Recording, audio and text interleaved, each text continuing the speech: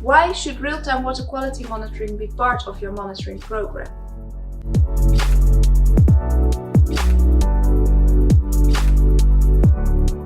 So first of all, when you're dealing with algae blooms, it's always best to be treating before an algae bloom occurs and not once your water body looks like this, because then you're obviously too late and a lot of damage has been done.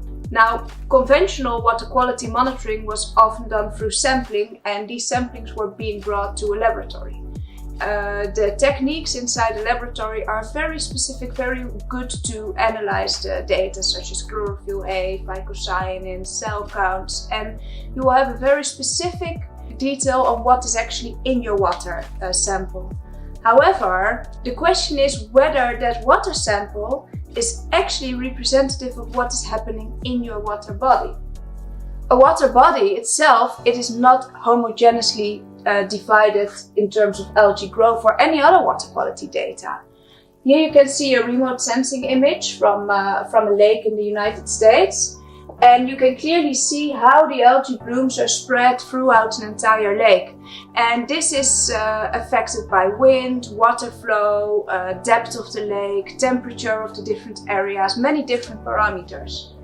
So what if you would be taking a sample? If you would be taking a sample from here in that red spot, what would it say about what is happening in the middle of your lake? Or if you would be taking a sample here, what would it be saying about what's happening at your intake? So although the results in your water quality sample would be very precise, it doesn't really mean that you also have a good overview over what is happening in your lake. And for that, you need real-time water quality monitoring on different locations in different time. So when you look at the temporal overview of a lake, here you can see an overview of our MPC view.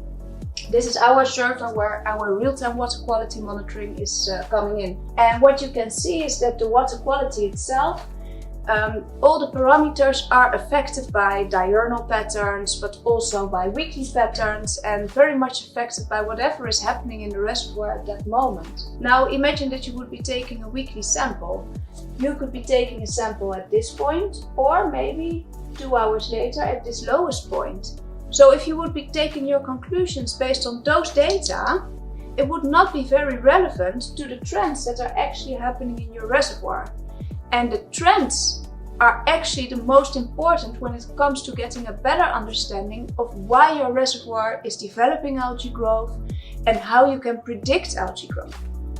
What AlgaeSonic is doing is we use those trends together with those remote sensing data to really predict how algae will bloom, when they will bloom, so that our users can anticipate before a bloom will happen to take the right responses to algae management.